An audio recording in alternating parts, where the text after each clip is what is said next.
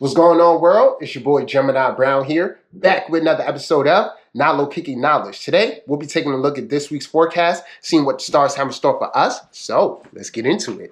As always, shout out to all the Cancer celebrating birthdays this week. Pay close attention to this energy, as it'll be with you all year long.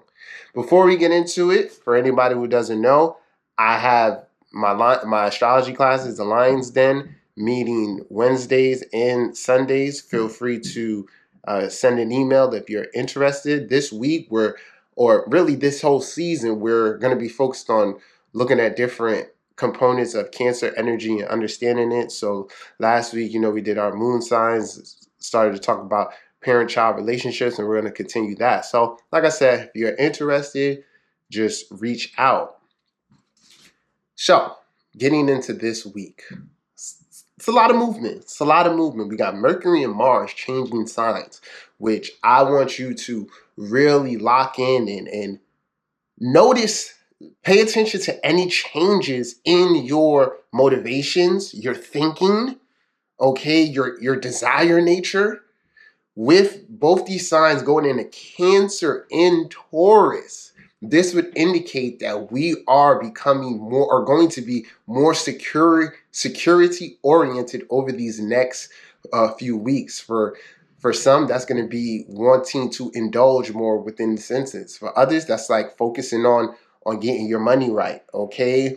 On the Mercury side, this is about really seeing how your thinking or your connection towards your emotions affect your thinking, okay? So what motivates you? Is it like anger? Is it family, right? Is it the need to produce or friend? Try to locate that emotion, and in a relationship with like how those things affect your ability to be creative and kind of stay focused, okay? But I'm going to elaborate on that a little bit. But I want to start with Mercury. Mercury, at the end of Gemini, squaring Neptune, okay? And Neptune now retrograde. For some, this is either going to be like, you either feel more in flow with this energy retrograde, which just because it's internalized, and you kind of could just like look both ways before crossing the street or acting. But there is, or it can just feel flat out confusing or foggy, right? But for some, the fog is going to be clearing. For others, it's picking up. The key here is not to get caught up in the fog. And with Mercury, squaring Neptune, this would indicate that we easily follow our hunches, or not even necessarily correct hunches, but any hunches. Like this can be intuitive feelings regarding fears or losing someone, okay, or just thinking what's the worst that can happen.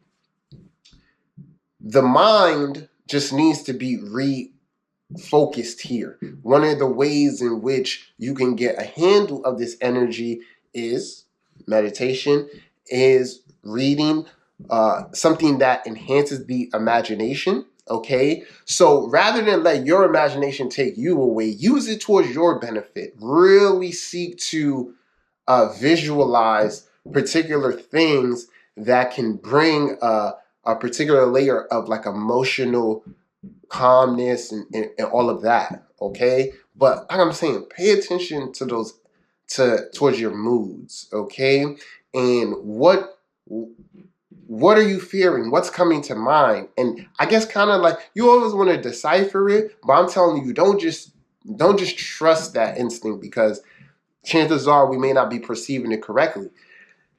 Then Mercury, after it transits into Cancer, it starts to get a lot more nostalgic.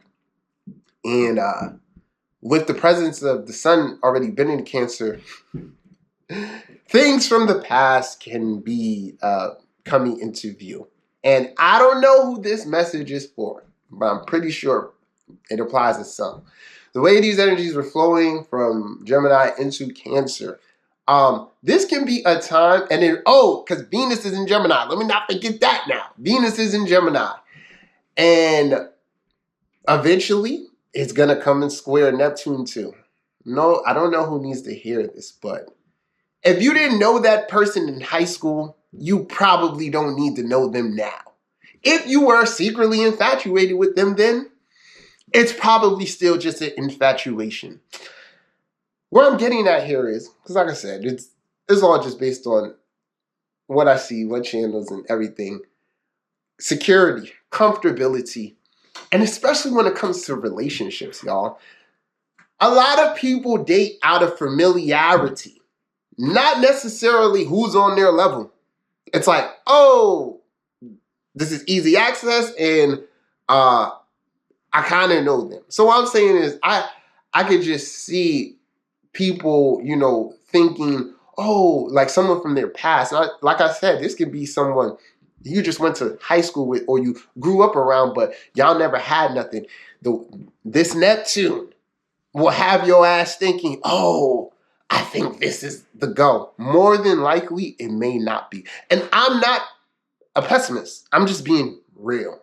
And, the more we grow, the more we know that, if it's easy, it ain't really worth it. And these days, like I said, most people, if you're here on this journey, you probably ain't go. Your ideal mate, especially at this period in time, is probably not someone from your childhood. So, if it applies, you're ready. If it doesn't, just let it fly. But definitely want to mention that. So the next part of that is Mercury square Jupiter, which also favors not making good decisions. Or you see how I just said something that could be perceived as wise or some wisdom? Mercury square Jupiter is like, fuck that. They're here now. You know what I'm saying? Or, I don't know, I'm just going to have faith.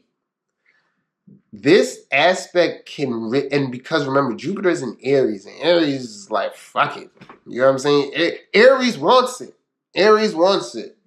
Cancer, the confliction here is like really how you feel. So if you're feeling desperate, you're going to make a desperate decision. If you're feeling secure, you're going to perceive and react securely. You know what I'm saying? But yeah, be mindful of biting off more than you can chew, like just doing too much. Setting the bar too high. I feel like this is a time, especially, like it's summer. It's summer, right? We're experimenting. You want to give yourself the opportunity to see what works and what doesn't. With this aspect, we'll automatically think, no, this is it. I know it, right? Question that. The more certain you are, just take time and be like, am I looking at the whole thing? Because chances are you might just be perceiving it straight ahead and not the bigger picture. Okay? So we got that.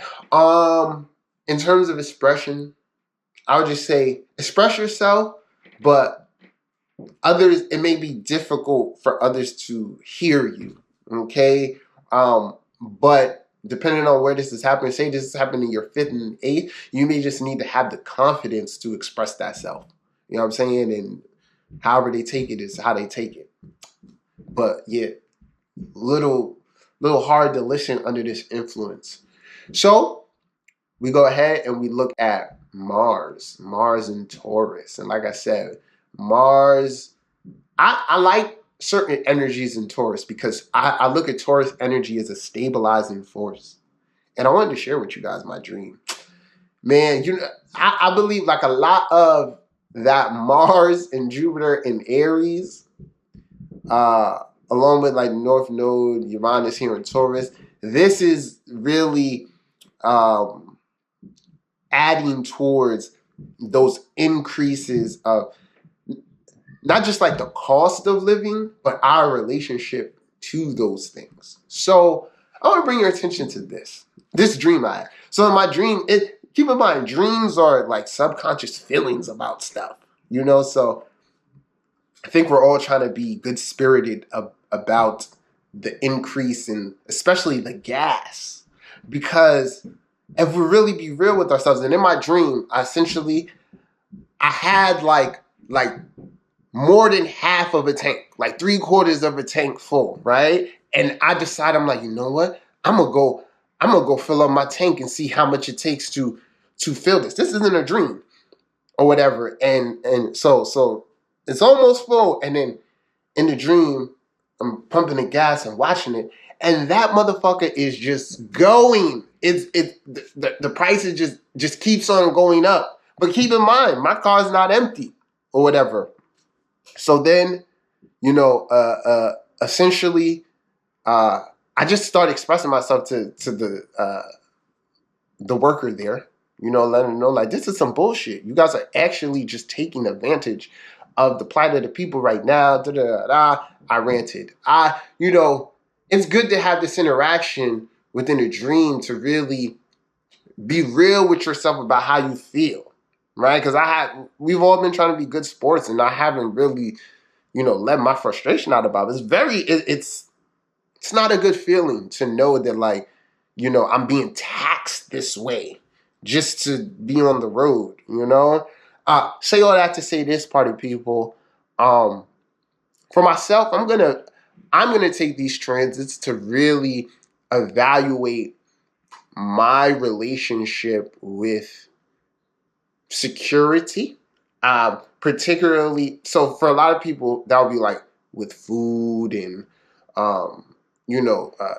things to survive and stuff like that. And me being Gemini Brown, Mercurial influence, I like being on the move. So I rather enjoy driving, but it's one of those things where it's like, man, either I participate in this rape or I allow myself to not get raped. But I'm going to be, taking time to kind of rediscover. So, one thing with Mars and Taurus, maybe I'll be walking more, right? Or doing something different than I've done, which can build a new sense of value on a particular thing, right? Oh, instead of driving, I'm like, oh, I could do this. And, this brings in more value and all of that. So for all of us out there, who may not be so conscious, I just pay attention. Pay attention to how you're spending out here. Pay attention to the frivolousness of, what our consumerism. It really is. And I feel like this transit will highlight that, because Mars will be a little bit more indulgent in Taurus. And but at the same time, with Mercury and Cancer, we're more money-minded. So then, I'll talk about this in weeks coming. But Mars is going to be building towards that conjunction with Uranus. And I feel like collectively something is brewing. Some change, some big news. I don't know what it is, but I don't think this Mars and Taurus transit is going to go quietly, okay? So yeah, we're building this week, we're still waxing. So starting off the week in Virgo, then moving to Libra. This is about a week of finding that balance through correct routine and action. Chances are there's going to be something that you don't want to do, or outside the box. It all depends. It could be something not normal, something eccentric, something representative of like Aquarian ideals, but you want to do something new to bring a sense of self, a sense of balance towards self. I could say more with this, but I'll let you guys figure that out. But seek out balance, and balance is going to come from exploring the unknown, or finding creative ways to overcome little obstacles, okay?